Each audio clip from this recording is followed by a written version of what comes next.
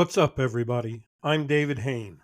Welcome to episode number 322 of the A2D From Addict to Disciple podcast. If you enjoy this podcast, please like, subscribe, follow, and share the link with your friends.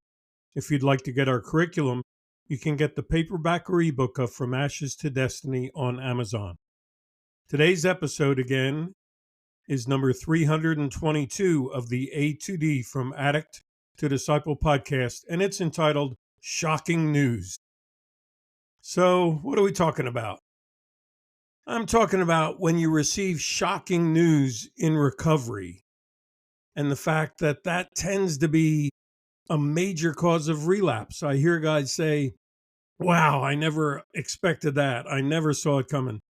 It hit me like a truck. I was blindsided. I've had other guys say that takes the wind out of my sails and it just leaves me depressed and deflated and defeated. Like, what's the use? There's nothing to stay clean for. I might as well give up. I'm talking about the shocking news that frustrates you, disappoints you, discourages you, and is a major cause of relapse. So I want to ask you, and you might even want to pause the podcast here to think about this. What is the last shocking news you heard? And if you're going to pause and you're in a group, pause and share what the shocking news is with your friends in the group. Maybe you got a letter or an email or an SMS with this shocking news. And in Lemony Snicket, a great quote, they said, "It is much, much worse to receive bad news through the written word than by somebody simply telling you. Each time you read it, you feel as if you're receiving the bad news again and again and again." So I want to ask you, how did you react to the bad news? Did you receive it in email or written form? Did you receive it by word of mouth? Do you find yourself keeping on replaying that tape, so to speak? How did you deal with it? What was the shocking news that you thought of when I asked you to even pause the podcast and think about it? Was it a divorce, a death in the family, family moving out of town or to another country? The news that you lost custody of your kids or you lost the ability to see your kids again.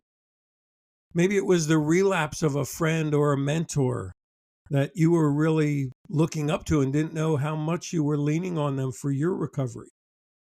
Maybe it was shocking news of your own health, a change in your health, a bad diagnosis, a new disease, an HIV or a heart problem, what have you.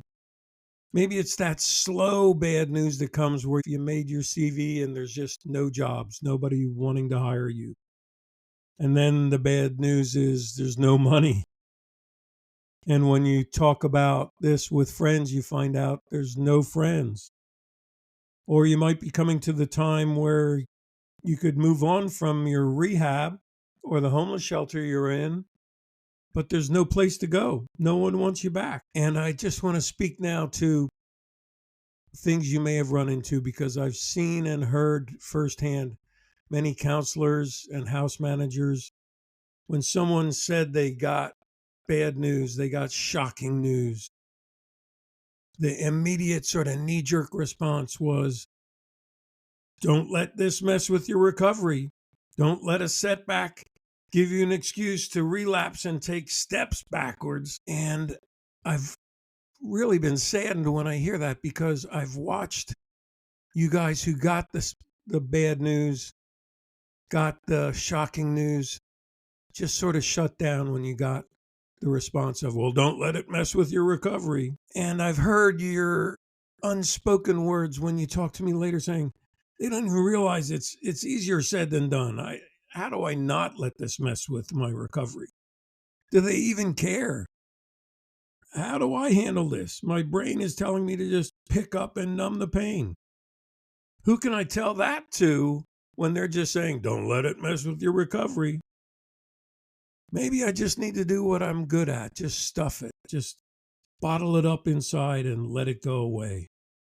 That's what I've done for most of my life. If that's you, there's a quote by Colin Powell who said, Bad news isn't wine. It doesn't improve with age. So what I'm saying right up front, when you get that shocking news, stuffing it's not going to be the answer. Just focusing on, I don't want to relapse, isn't going to be the answer. Digging deeper and dealing with it is. Let me ask you some questions for the rest of this episode to get you thinking in that direction.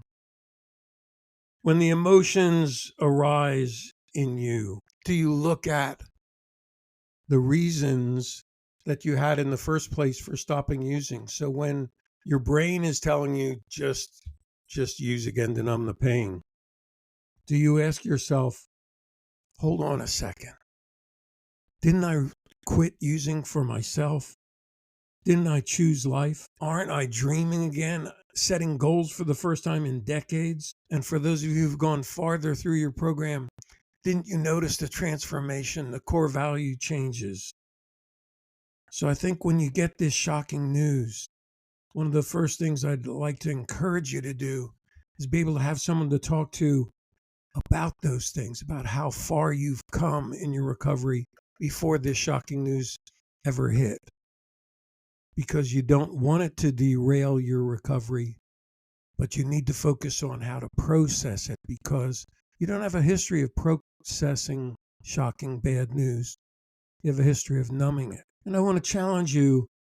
Another way to look at it is to, again, working with someone, say, what sort of person are you? How are you wired? Are you a glass half full person where you've always been an optimist? You look for potential and opportunity whenever setbacks come along, but you can't see the potential in this situation. This is just too much of a shock. If that's you, I want to encourage you to talk through your thoughts and feelings. This isn't a challenge for you. This is a shock. You don't have to find the positive silver lining, but you do have to learn how to deal with the reality of this without numbing the pain. Perhaps you're a glass half empty person who's always been a bit pessimistic, and you tend to focus on what's lacking or what's been lost, and this shocking news is just another loss that smacks you in the face, so to speak. But how do you learn how to deal with the loss, the shock? You can't escape it. You can't find the magic button to push to change it. And you realize from your experience, if you wallow in it, it will consume you. So again, the answer is to learn how to process it, perhaps for the first time. Maybe you're a person who always doubts. You've never been able to trust from the jump, so to speak. Been raised to always be cautious as a way to protect yourself. So you've always doubted from the jump, not trusted from the jump. And you start anything like this, these shocking news, from a position that no one can be trusted and no one has your back. And that's been your life experience. So when you start to think about who do I trust to even process this with, you're really coming from a place of learned doubt. So you know this shocking news will spell doom for you, for your future. You've got nothing to hope for. You don't know how to trust yourself. You don't know who to talk to, who you could trust. You don't even know if you want to be vulnerable with anyone. And you don't even know that they'll have a process that you can trust the process to work through it. So this is a lot to think about and talk to and journal and write down and all that. So I want to say maybe a good place to start on your own before you step out to even talk to someone is to go back to the serenity prayer. You see, serenity is a huge place of inner calm and peacefulness that is not disturbed by external circumstances. You stay clear-headed, you think things through and talk them out. You write them down, you journal them, and journaling may have even become a lifestyle for you as your way of processing things in your serenity place. And it helps you focus on the reality of the situation and how to deal with it, again, from a place of serenity, not a place of emotional reactions. And serenity brings, without even you trying, a bit of self-trust, self-esteem. You begin to like yourself and your life. You have this sense of inner security and ability to accept life's complexities without agitation or distress. You have this inner peace, this calmness. You've got a balanced perspective that you've been maintaining for a while. And so you feel good at being able to handle this. And the first part of the Serenity Prayer is accepting the things you cannot change. And you can quickly get to that spot of knowing this shocking news cannot be changed. It may be challenging, it may be difficult to accept, but it is what it is. So in closing, shocking news is a big deal. It is shocking. This thing has happened to you. But be encouraged by this quote by Maya Angelou, who said, "I can be changed by what happens to me, but I refuse to be reduced by it." That's the closing thought. Can this shocking news that has felt like an earthquake, like the ground has split open under your feet, become the foundation for you to build a future, not the chasm for you to fall into? Thanks for listening to this episode of the A to D from Addict to Disciple podcast. You can reach out to me on the link in this podcast or by going to my website. Send me an email, whichever way you want to get in touch with me. Just keep listening to future podcast episodes. And as always, stay safe and stay resilient.